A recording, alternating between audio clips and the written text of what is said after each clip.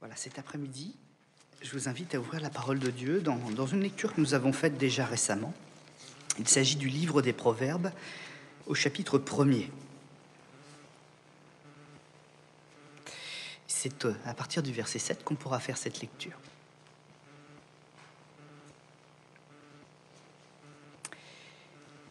Livre donc des Proverbes, chapitre 1er, à partir du verset 7. Il s'agit d'une de ces clés qui nous permettent de comprendre la pensée de Dieu, qui sont dans les textes parfois énigmatiques qui sont là. Et si nous prenons cette clé, eh bien, la lumière se fait sur la volonté de Dieu, mais également sur nombreuses de ses promesses au travers de Jésus pour nos vies. La crainte de l'Éternel est le commencement de la science, on pourrait dire de la connaissance. Les insensés méprisent la sagesse et l'instruction. Écoute, mon fils, l'instruction de ton père.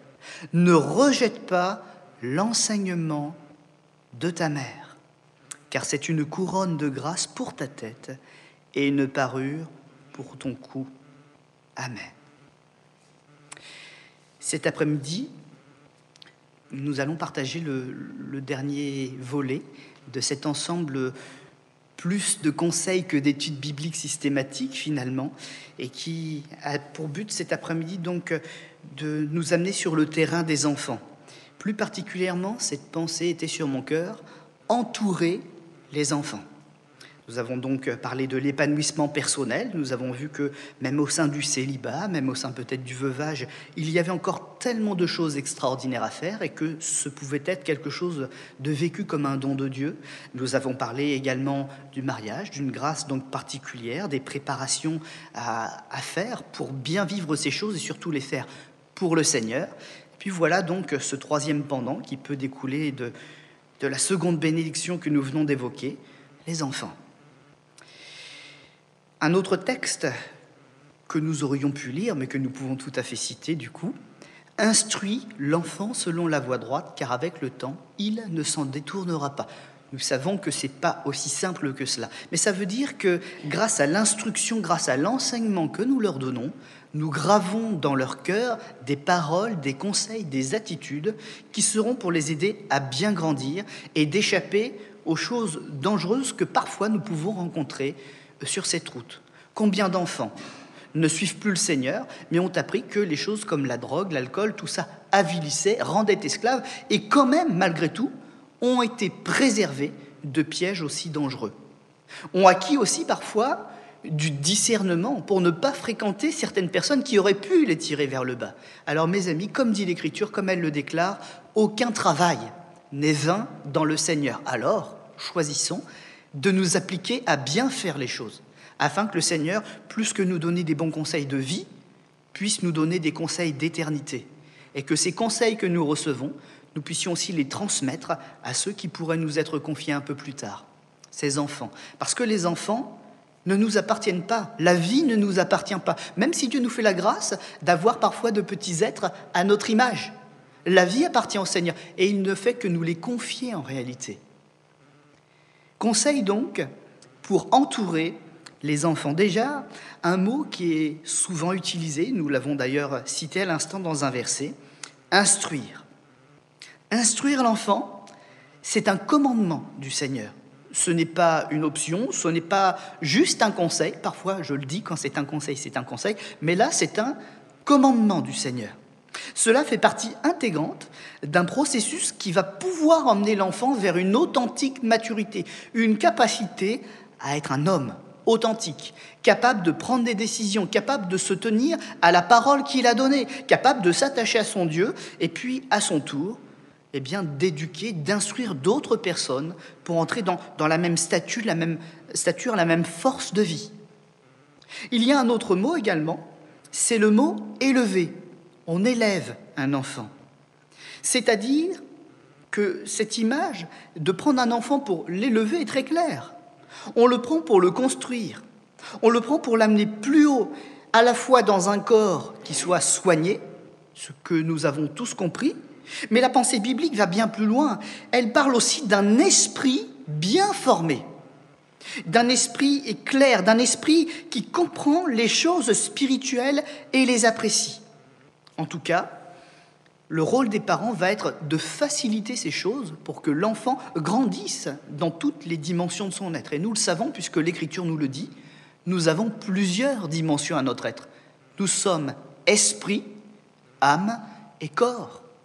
Prétendre élever un enfant comme il faut, c'est s'intéresser sérieusement, avoir des démarches authentiques pour chacune des dimensions de ses êtres. Élever un enfant, ce n'est pas seulement le soigner, ce n'est pas seulement le nourrir. Prendre un enfant sous notre aile, si on ne lui communique pas, mettons, de l'amour, nous verrons rapidement que l'enfant ne va pas bien. Et cela, nous le comprenons. Eh bien, il en est de même pour les choses spirituelles. L'enfant a aussi besoin d'un modèle spirituel, il a besoin d'une nourriture spirituelle. Et c'est à nous, à qui ces enfants sont confiés, eh bien, de leur apporter aussi cette nourriture et de la préparer, c'est-à-dire de se préparer déjà soi-même. Il y a donc une grande différence, pour ne pas dire une différence capitale, entre s'occuper d'un enfant et élever un enfant. La Bible ne nous dit pas de nous occuper des enfants, elle dit de les élever. Voilà le défi cet après-midi. Nécessairement, ça nous oblige à parler de la position du rôle de parent. Et la première chose que j'aimerais déclarer de la part de l'Écriture, c'est que personne ne peut remplacer les parents d'un enfant. Un père, une mère, ces enfants n'en ont qu'un et ils n'en ont qu'une. Ils sont pour eux des repères, ils sont pour eux un fondement même de leur identité.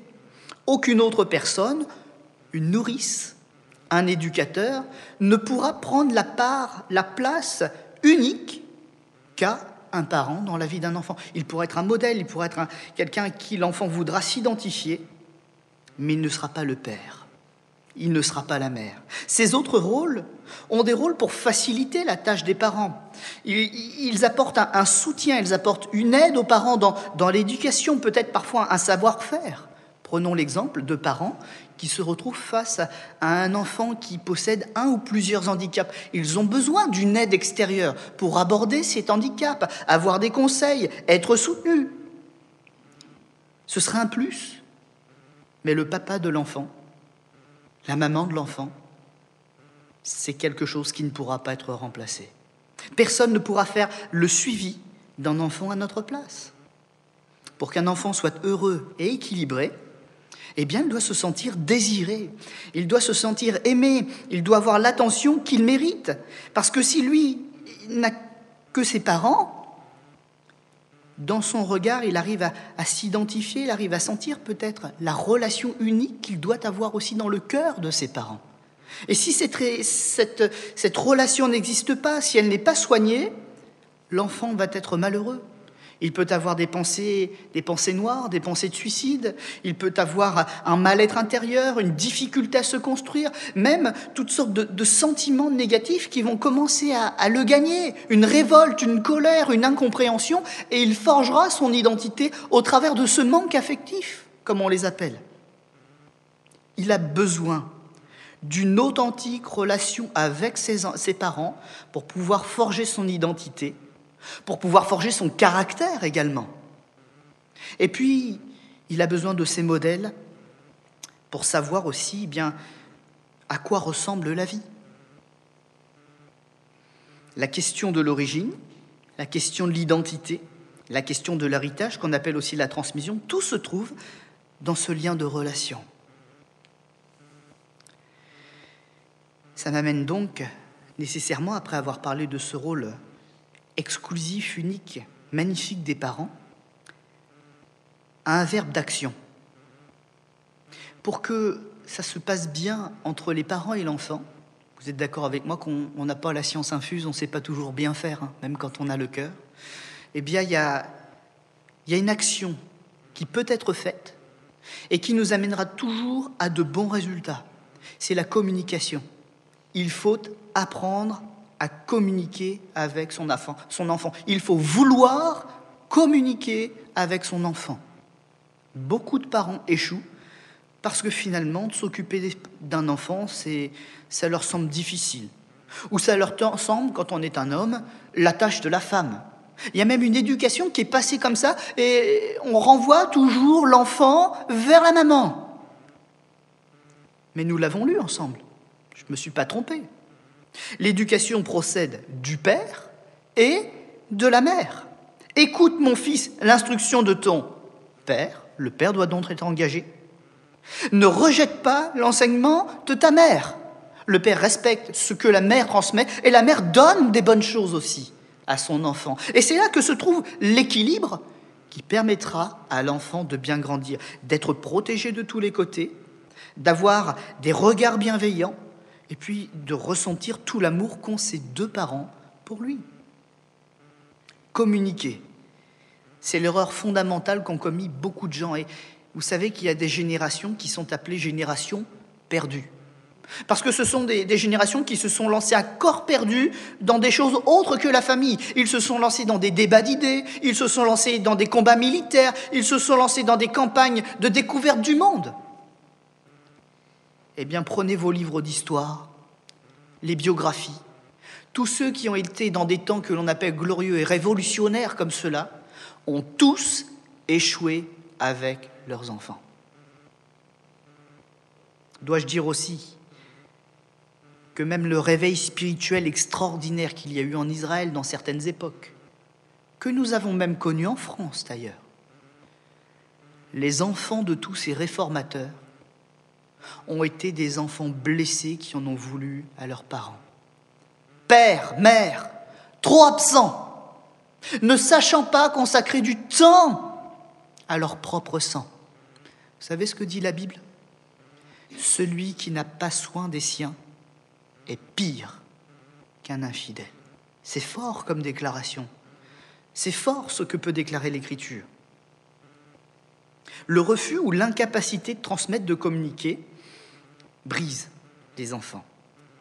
Le refus d'exprimer ce que l'on ressent par de la parole ou par des gestes va leur faire ressentir un manque d'affection, et bien souvent on a des enfants qui finissent par se replier sur eux-mêmes, par s'isoler.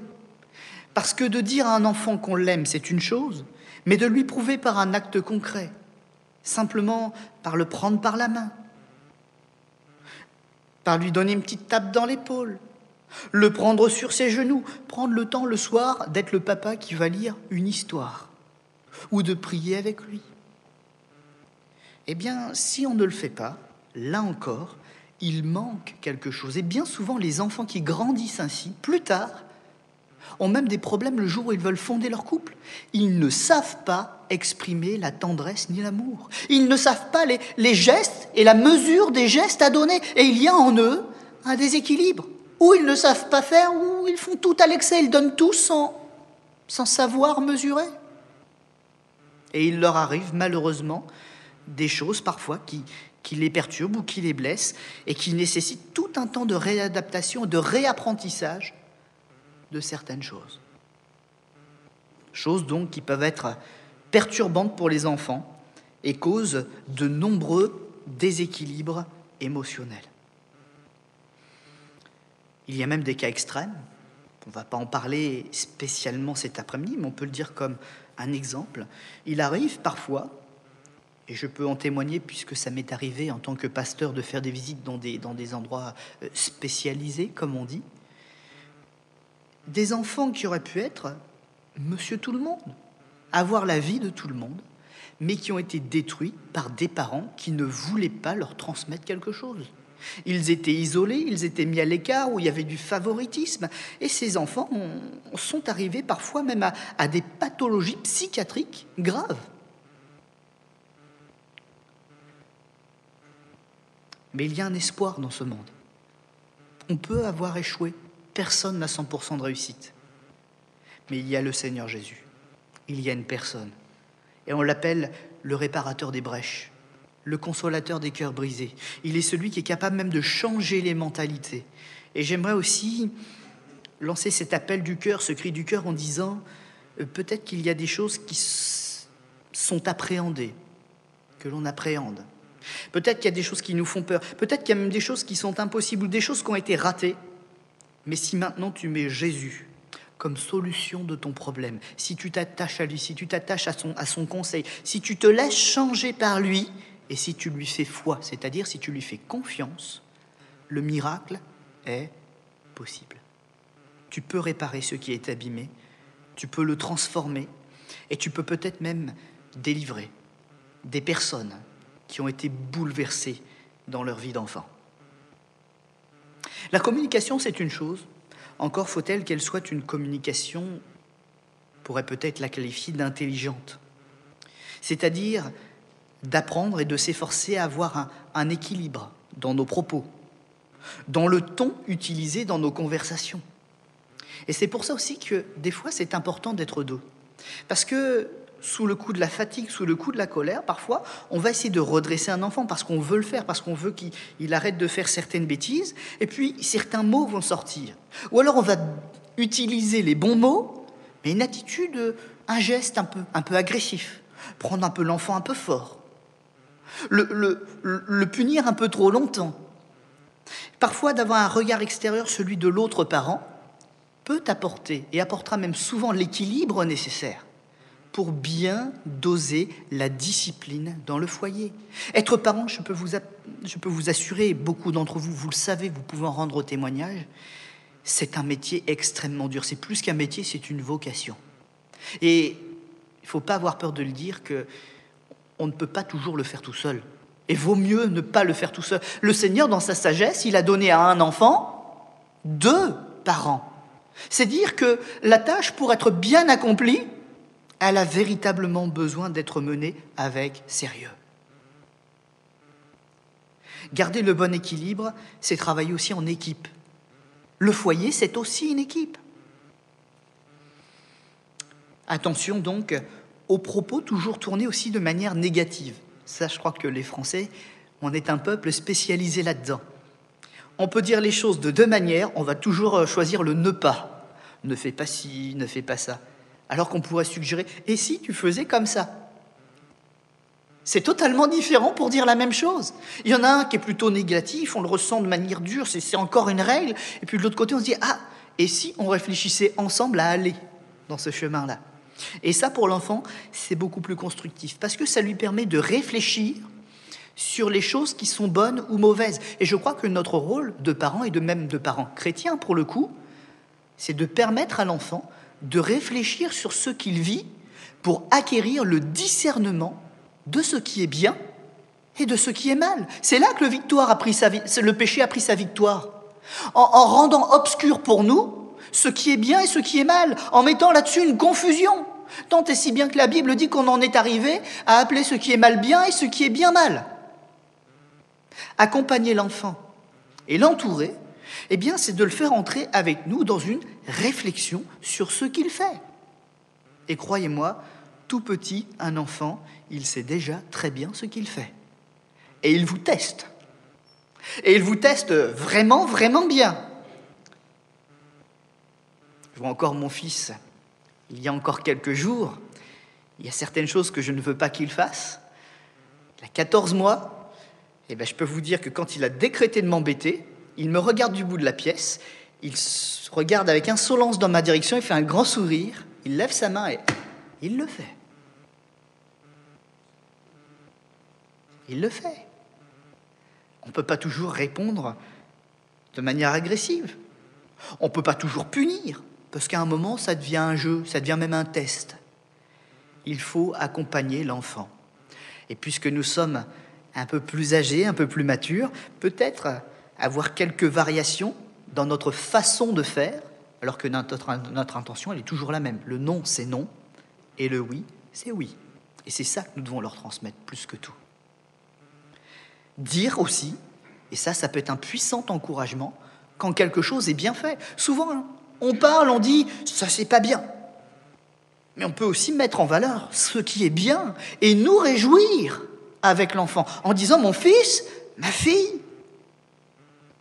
Parfois, il paraît que les adultes sont des grands enfants. « Mon mari, ce que tu as fait bien, je suis fier de toi ». C'est quand même mieux, hein. Vous savez, rien qu'à l'entendre déjà, ça fait du bien, hein. Si on le vivait un petit peu plus dans nos foyers, eh ben, on prendrait encore d'autres victoires, je crois. Là, le parent, et ça c'est encore une chose importante aujourd'hui, face à une éducation qui n'est plus une véritable éducation, le parent doit affirmer son rôle de chef dans le foyer. Ils doivent l'affirmer, ce rôle. Ils doivent le défendre. L'autorité, elle est du côté des parents. Ce n'est pas aux enfants de faire la loi à la maison. Ce n'est pas aux parents de plier devant les enfants. Bon, vous me direz, des fois, les caprices sont tellement grands. Bon, ça arrive. Ça peut arriver. Mais ça ne doit pas être la règle de la maison. L'autorité repose sur les parents. Ils ne doivent pas donc fuir cette autorité. Ils doivent apprendre à s'y faire. Ils ont un enfant à élever. Et ça, c'est un vrai travail à faire sur notre cœur, et c'est un travail que nous ne devons pas faire devant l'enfant. Nous devons le faire entre parents, dans des temps qui nous appartiennent. Quand l'enfant dort, le soir, quand il est à l'école et que nous, on peut se retrouver un petit peu avant le travail ou après le travail, dans des temps qu'on a réservés pour avoir ensemble une même vision de l'éducation, pour que papa, quand il dit quelque chose, ce soit la même chose que maman, et que l'enfant ne joue pas entre le père et la mère, mais que nous soyons un pour mettre une vraie limite, un véritable cadre à l'enfant pour sa sécurité. Si tout petit, l'enfant prend l'ascendant et se met à diriger même les échanges, caprices, colère, refus d'obéir, les larmes, bien, ce sera une source de conflit qui ne fera qu'augmenter dans le temps. Et par la suite, ce que nous avons échoué à faire ou ce que nous n'avons pas voulu faire nous échappera totalement. C'est pour cela qu'il y a des foyers qui sont totalement en feu et qu'à l'adolescence, il n'y a plus de limite à rien. J'ai eu un jour l'occasion d'avoir un parent qui m'a rendu ce témoignage. Un parent qui en a énormément souffert avec son enfant parce que l'enfant était de tempérament dès ses jeunes années. Et puis quand ça a été à l'adolescence, ça a été véritablement extrêmement terrible. Mais ce parent avait résolu dans son cœur qu'il fallait des limites et ce qui lui était possible de faire, il l'a fait. Il l'a fait dans le respect de son enfant, mais il a mis des cadres qui pouvaient même parfois lui sembler rigides. Je ne parle pas de l'enfant, je parle du parent. Il mettait des cadres qui à lui-même lui semblaient rigides, mais il se disait, mais si mon enfant dépasse ce cadre, avec le caractère qu'il a, il va mourir. Et il s'était fait violence à lui-même pour ne pas déroger à cette ligne de conduite qu'il savait devoir mettre dans son foyer. Et ça lui déchirait l'âme. Et l'enfant a grandi, il a quitté la maison en claquant la porte. Et puis plus tard, ce qu'on disait au début, les paroles sont revenues dans son cœur. Il a affronté le monde, il a affronté les difficultés. Et à un certain moment, il s'est même vu proche de la mort, face à des choix qui l'avaient totalement dépassé. Et il s'est rappelé le cadre que ses parents avaient donné. Il est retourné vers ses parents, et la première chose qu'il a faite, c'est de dire merci. J'avais pas compris, j'étais dans ma révolte, j'étais dans ma colère, mais merci. Parce qu'aujourd'hui, ça m'a été salutaire. Et de là, il y a eu la prise de conscience qui avait manqué au début. N'ayons pas peur de faire ce qu'il faut faire. Faisons-le avec amour, faisons-le avec sagesse, avec le conseil de la parole de Dieu. Ne soyons pas rigides à l'excès. Mais si parfois la situation l'exige, faisons ce travail sur notre cœur et posons les limites qui doivent être posées. Chose encore qui est importante. Même si ce n'est pas forcément évident à comprendre quand on l'entend sans le vivre, on peut avoir éduqué quelqu'un d'une manière sévère. Sévère. Peut-être même aller jusqu'à dire un début d'injustice, tellement c'était dur. Mais c'est peut-être encore préférable, dans certains cas, à ne pas faire d'éducation du tout. Pourquoi ? Parce que quand le cadre est rigide et qu'on devient adulte, on peut ensuite prendre ses décisions. Mais il y a quand même des choses qui sont là et qui nous permettent de nous épanouir. On a des limites et on a appris ce qui est bien et ce qui est mal. Et puisqu'on a appris à obéir, on peut aussi apprendre à se remettre en question et à remettre de la souplesse. Mais si on n'a jamais eu aucune règle, si on a toujours fait ce que l'on a voulu, comme on a voulu, et même peut-être parfois en y étant encouragé, sur quoi se reposer pour se remettre en question ? Et ces personnes-là, bien souvent, quand elles ont grandi dans un tel contexte, eh bien, on leur a donné des surnoms qui ne sont pas très glorieux parfois.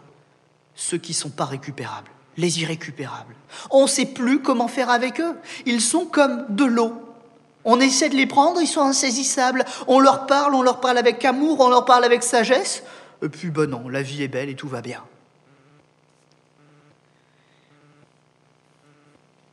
Difficile d'être parent. Mais le Seigneur nous en donne la force. Et nous trouvons en lui des conseils éprouvés. Nous trouvons dans la famille de Dieu aussi des personnes qui ont appris et qui peuvent nous transmettre quelque chose de bon. Et puis plus que tout, nous avons cette parole qui ne doit pas être un simple livre de chevet, mais qui doit être un conseil lié sur notre cœur. Et cette Bible vivante, cette Bible encourageante, elle a devancé toutes nos attentes parce que c'est un grand Dieu qui nous l'a transmise. Lisons la Bible, chérissons-la, faisons-en notre délice et peut-être aussi le sujet pour retrouver nos enfants. La Bible est un partage. La Bible est cette fameuse nourriture de l'âme dont nous parlions en introduction. Il n'aura jamais rien de mieux que nous puissions partager avec ceux qui nous ont été confiés que cette parole du Seigneur. La meilleure façon donc de bien vivre aussi cette discipline que nous venons d'évoquer dans un foyer est de la faire à deux, le père et la mère qui dialoguent, qui communiquent avec l'enfant. Il y a aussi les gestes. Alors ça, je ne vais pas aller très loin, nous l'avons bien compris. La violence ne résout rien. Mais parfois, une vexation peut aussi enseigner. Je me rappelle que quand j'étais un peu plus jeune, ma mère n'aimait pas les claques aux fesses, ces choses-là. Mais il est arrivé parfois qu'insistant, moi, dans une bêtise, je me prenne une petite tape sur la main. Ça ne m'a pas fait mal, hein. Même si sur le coup, ça fait un peu du bruit, mais ça ne m'a pas fait mal. Et mon idée était bien fixe dans la tête. Mais ce qui m'a touché, c'est que ma mère me fasse ça, ça me vexait. Et ça me vexait suffisamment pour savoir que ce que je voulais dans la vie, c'était l'amour de ma mère, et pas la décevoir. Voyez ? Faut pas confondre la violence et redresser l'enfant dans un geste d'amour, mais qui, parfois, pourrait être un geste ferme. C'est une éducation, et la Bible en parle. Elle utilise un mot violent, hein, une verge de la correction. Alors, on ne va pas aller chercher un bâton pour frapper nos enfants. Certains l'ont interprété comme ça, hein. Mais l'image, c'est celle du berger avec son bâton qui dit gentiment aux brebis « rentre dans les rangs ». Au petit agneau, apprends à rester avec les adultes. Cette verge de la correction, nous l'aurons compris. Transmission, partage de la foi, présence du Saint-Esprit. Ça, c'est une chose importante. Vous pourrez faire, et je pourrais faire tout ce que nous voulons dans l'éducation d'enfants, quand nous en sommes responsables dans nos classes d'éducation pour les enfants, pour leur transmettre la personne de Jésus. On peut le faire à la maison, dans son foyer, on peut le faire dans des colonies de vacances chrétiennes, où il y a des temps spirituels. On peut leur transmettre plein de choses, pas notre attitude, mais on a aussi des limites de vocabulaire, des limites dans notre façon de penser. C'est-à-dire qu'un enfant, il y a des concepts qui pour lui sont abstraits, tant qu'il n'a pas l'âge, il ne les comprendra pas. est-ce que ça veut dire pour autant que nous devons attendre qu'ils soient âgés pour leur parler de Jésus et des choses d'en haut? Eh bien non. Pourquoi? Parce qu'encore une fois, nous ne sommes pas seuls. Il y a le Saint-Esprit. Et le Saint-Esprit se révèle au cœur des tout-petits. La Bible en parle dans plusieurs textes. Le Saint-Esprit veille sur les enfants. Le Saint-Esprit peut même tirer des louanges de ceux qui sont à la mamelle. Ils ont même le pouvoir de fermer la bouche du vindicatif, du méchant. Alors, quand nous sommes face à l'éducation selon Dieu, demandons aussi au Saint-Esprit d'être sur notre vie une onction particulière pour nous aider à bien remplir notre rôle. Notre piété, celle que nous vivrons à la maison, celle que nous montrerons aussi aux yeux de nos enfants, les marquera. Dans leurs jeunes années, ils imiteront peut-être sans comprendre, mais ensuite ils se poseront les questions. Et ensuite, ils réaliseront ce que papa et maman faisaient de bon pour eux quand ils priaient. Alors, il y a une question que souvent on se pose et qui vient de trouver sa réponse. À quel âge doit-on commencer de parler de la foi à ses enfants? Eh bien, mes amis, dès qu'ils sont dans nos bras, dès la sortie du ventre de leur mère, prions pour eux. Cherchons la présence du Seigneur ensemble. Invoquons cette présence sur leur berceau. Quand nous pouvons prier, ne les mettons pas à l'écart comme des êtres ne pouvons pas comprendre. Prenons-les à côté de nous. Apprenons-leur le respect d'écouter la prière.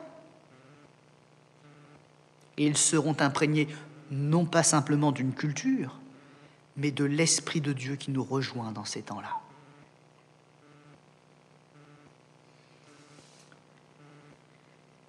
Un dernier mot. On pourrait dire encore beaucoup de choses, mais juste un dernier mot. Les parents ont pour vocation donc d'entourer l'enfant.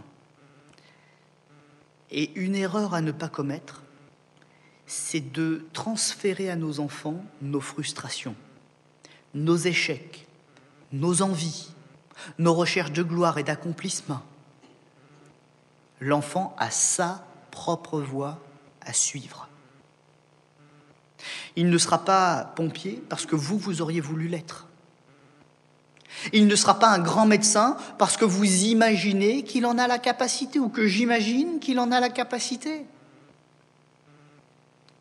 Notre rôle de parent, c'est de l'accompagner dans l'amour et dans la foi, afin qu'il devienne, non pas selon le plan que moi j'ai pour sa vie, mais qu'il devienne la personne qui est dans le plan que Dieu a pour sa vie. Et là, nous aurons réussi ce que nous avons à faire.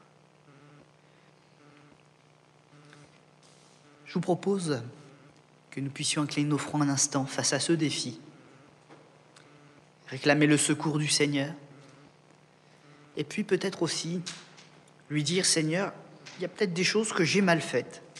Donne-moi le privilège de retrouver mes enfants, et puis peut-être de réparer quelque chose que j'aurais mal fait. » Peut-être des parents ont-ils bien agi et réussi avec leur enfant, eh bien qu'ils se réjouissent et qu'ils n'attendent pas simplement les périodes des fêtes pour le dire, mais qu'ils décrochent le téléphone et qu'ils leur disent « J'ai pensé à toi aujourd'hui, tu me manques, je t'aime, tu es mon enfant, tu es mon enfant. » On incline nos fronts un instant. Seigneur notre Dieu, te remercions pour tous ces conseils. Il y en a encore beaucoup d'autres. Un temps comme celui-ci ne suffit pas à tout restituer de ta pensée, ni de ton conseil. Mais déjà, tu nous mets sur la voie. Déjà, tu nous éveilles. Déjà, tu nous prépares. Et Seigneur, si tu nous donnes la capacité, et si tu envoies sur nous le Saint-Esprit pour nous aider, alors nous pourrons réussir cette tâche de l'éducation que tu veux nous confier. Merci Seigneur de bénir les parents qui sont présents dans cette salle, de les fortifier, de les renouveler, parce que quand on est parent, on l'est pour toujours. Merci de bénir les jeunes gens qui sont là, qui peut-être aussi aspirent à ce grand projet de devenir parents, qui s'y préparent, qui y réfléchissent, qui prient pour cela. Eh bien, Seigneur notre Dieu, puisses-tu les bénir. Qu'en ce jour, tu les touches, dans leur cœur, dans leur esprit, mais également dans leur corps. Parce que, Seigneur, Nous sommes aussi face à des réalités d'ordre physiologique quand nous parlons d'enfants. Et en toute chose, nous le savons, tu es le Dieu de la vie, le Dieu qui bénit et le Dieu qui rend fertile. Merci donc, notre Dieu, d'accompagner ces jeunes gens et de les bénir. Merci aussi pour ceux qui n'ont pas eu d'enfants selon la chair, comme dit l'Écriture, mais il y a des promesses pour eux aussi. Et parfois, nous leur devons, à eux, à leur éducation, à leur présence à nos côtés, de démêler beaucoup de situations compliquées parce qu'ils viennent nous porter secours. Ils prennent du temps pour nous. Ils prennent du temps pour prier pour nous conseiller, parfois aussi pour nous libérer, garder un peu leurs enfants et ils leur transmettent tellement de choses. Merci Seigneur de bénir tout homme, toute femme qui comprend ce mystère que nous avons partagé cet après-midi et qui en fait le trésor de son cœur. Que ton nom soit loué, glorifié. Et merci pour tout ce que tu viens de déposer dans nos vies. Amen.